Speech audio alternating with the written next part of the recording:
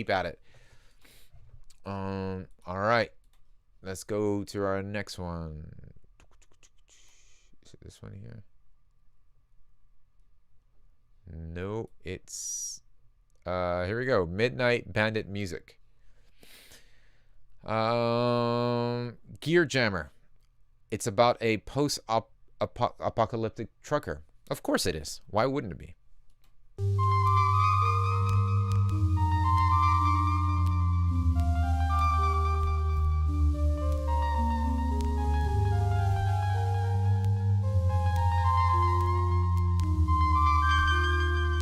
Circle the wagons, here I come.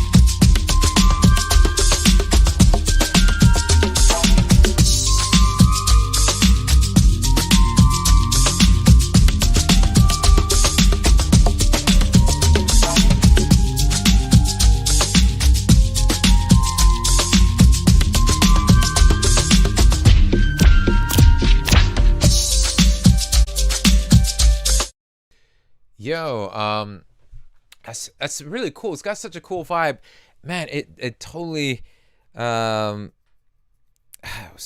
it Jazza Jaga Jazza? It's such a cool. I like that you've already got like a whole story behind it. You know, it's a gear jammer. It's about a post-apocalyptic trucker. That's great. It's such a really cool. It's such a cool vibe. So one thing I just want to talk about, I don't know if this was purposely like you had was that little hiccup there on purpose? You got the boom, that. If I mean, it is, but yeah, I don't know. There was that little.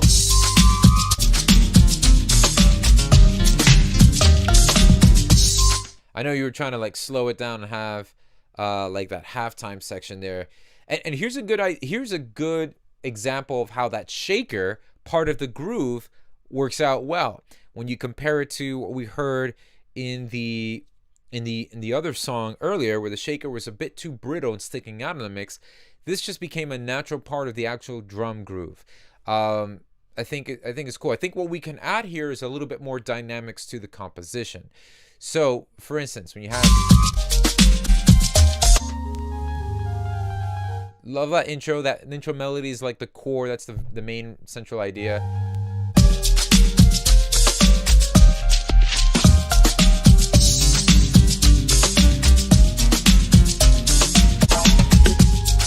Okay, so we've got that whole break, that drum break with the shaker going on. I don't know if the shaker is with the drum break or it's that loop. It'd be cool. So we can deal with some kind of dynamic change there in the composition. Maybe the shaker can come out for a section. If it's part of the groove, then you could duplicate that whole drum break and maybe just chop, have it a little bit of like more staccato, so that there's less maybe filtering it out every now and then, so that basically what we want to do is we want to take the listener on a journey.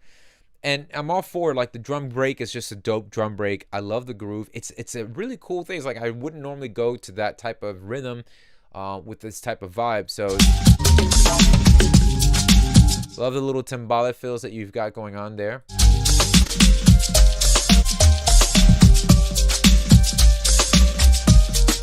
Yeah, and I would also bring that melody up a little bit, because that's the winner, right? That little have him come up a little bit more. And then another thing too is be careful with that low end bass, the sub that you have going on there. It just, it could eat away at the rest of the track. And what I mean by that, it's cool. You've got that little that subby sine wave just kind of being there, but when you listen to it,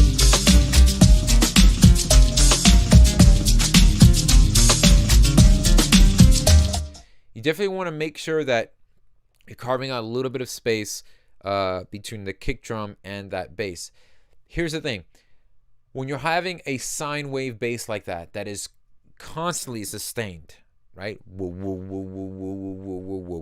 That's what it would sound like. When you're using sustained bass lines, now, guys, understand this.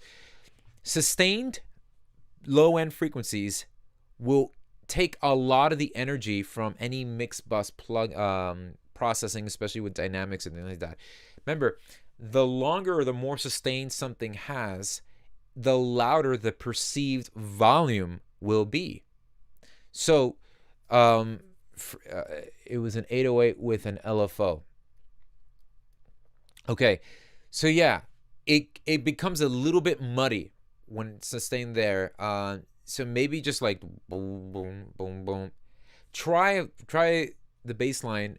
Now, this is on the fence of preference more than the principle, but a little principle in there too. You got to be careful when you're having these long sustained bass lines. I'm not saying you cannot have sustained bass lines. We hear it all the time. But when you've got the movement like that LFO that's on that bass line, you want to make sure, that you're having a good relationship between your kick drum and your bass line, that they're not fighting one another for that space. So you got to make sure that since the bass line is so sustained, in order to have the kick really pop out, you need to make sure that the kick doesn't also try to have a lot of low end information on there as well. So it could be just carving out some low end information, shortening the kick a little bit so that the transient just pokes out a little bit more.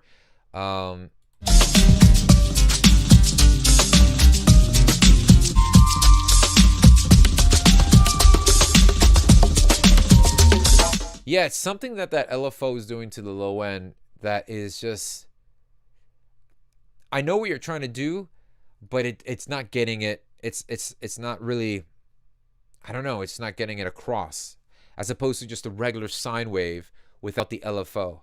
So I would because it's like, it feels like the freaking low end bass is just like some weird crackhead and just can't sit still, and so it's doing something to that's just a little bit weird. This is something I've always struggled at, but I'm willing to learn. My bass and drums tend to seep into each other. Yeah, that's just going to take some time, but what could really help with the low end relationship between the bass and your drums or any other instrument is identifying, are the decisions that you're making with your bass one that says, I don't hear it, or is it more for the creative melodic, or is it for the composition, right? So if you're like, oh, I want to put this so I can feel the bass moving, I can feel it. Well, if that's the thinking behind putting an LFO or something on there, then I would stop and pause and okay, maybe I could do something else with another track that help the bass stand out more. Maybe take away some of the low end. Maybe creating a side chain with the kick drum and the bass, so the bass goes woo, woo, and ducks out of the way when the kick hits. That could be what you're looking for, but you're compensating with putting something as an LFO to kind of get that across. Does that make sense, everyone? So yeah.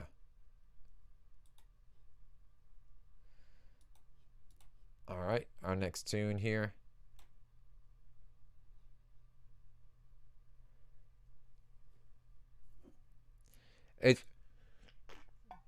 I think your style and your vibe is so dope. I think you should keep on rocking that vibe. Keep doing it, and yeah, it's a really cool vibe. Here we got